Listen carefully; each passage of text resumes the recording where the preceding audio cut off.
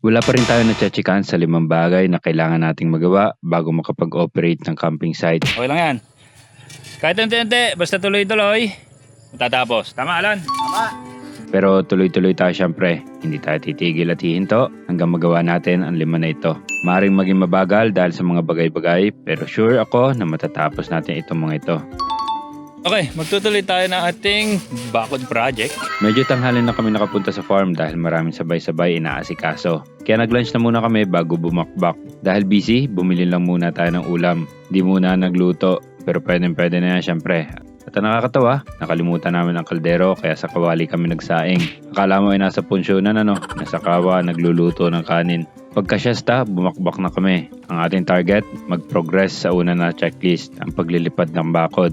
Sa likuran na part kami nagsimula. Inalis na namin ang bakod sa part ng likuran at inilapat sa talagang linyahan ng property. Medyo nainis pa rin ako dahil sa palpak na unang survey. Nadoble ang trabaho at gastos. So ito yung lumang bakod. So pupunta doon. Di nga lang na doble kasi syempre nagbabayad ako ng labor para sa bagong bakod, nagpaputol ulit ako ng mga kawayan at dismantling at pagtatanggal ng lumang mga poste. Ay di naman pwedeng iwanan lang ang mga poste, di ba? Kasi surgabal yan. At actually, may plano ako sa mga lumang poste. At syempre, lahat ng yan may kaakibat na gastos. Walang libre sa mga iyan. Na positive note, nagkaroon tayo ng second chance para magkaroon ng mas maganda fencing. Mas sturdy at mas maganda. Hindi lang 100% ideal kasi nga nabubulok ang kawayan. Pero may long-term plan ako dito para hindi mabigat sa gastos. Unti-unti ko papalitan ng angle bar ang mga poste nito. Example, every month bibili ako ng 3 piraso na angle bar. Hahatiin ko sa 3. Then may papalitan ako na 9 na piraso na bakod. At gagawin ko ito hanggang mapalitan ko lahat ng poste ko. Siguro sasapat na rin yung panahon na yon. Matatapos ko lahat yan bago mabulok lahat ng mga poste ko na kawayan. Hindi mapagod at hindi rin masakit sa bulsa, di ba? Ang pagkakakabit nitong H-brace na to, sobrang taas, kaya kailangan ibaba ng konti. Kasi pangit naman na mas mataas pa ang kawayan na ito kaysa sa barber, di ba? E di ang daling talunan yan kung may kawayan dyan na nakabalagbag. Not going anywhere yan. Pagka merong abrupt na taas ng lupa dahil sa mga punso ng anay, tinatapos namin ito para medyo subtle yung up and down. Para hindi naman ang magiging lapot ng hagwar sa ilalim, hindi nakaangat. Hindi rin distorted. Dati may taon ako na takot tapusin itong ganito dahil sa nuno. Kayo mga off-duty, naniniwala pa rin ba kayo sa mga nuno sa punso?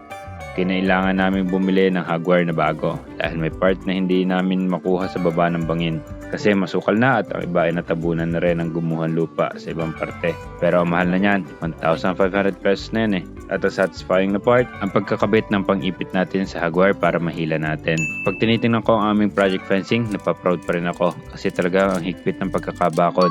I-envision lang namin ito. Inspired sa mga homesteaders sa ibang bansa. Marami rin pala nagtatanong kina Luna at Hunter. Ay dini ko lang sila sa likod bahay na ilabas. Di ko pa lang ulit sila lang madala dito sa farm dahil nga ang bakod ay hindi pa tapos. May part na open. Kung gusto ko sila mapakawalan, mas maganda na sarado. Para naman safe sila at ang mga tao sa paligid. Ang dami na kasi nagtatanong sa kanila eh. Okay na okay po sila. Makikita nyo na po ulit sila soon. Kasi kapag andito na kami nakatira, lilipat sila kasama namin. Sila ang aming magiging guard. Literal. Okay, hapon na naman. Nakaisang batak lang tayo pero may mga ginawa kasi kanina. Kaya pack up na muna tayo. Okay lang yan. Kahit unti-unti, basta tuloy-tuloy, matatapos. Tama, Alan? Tama.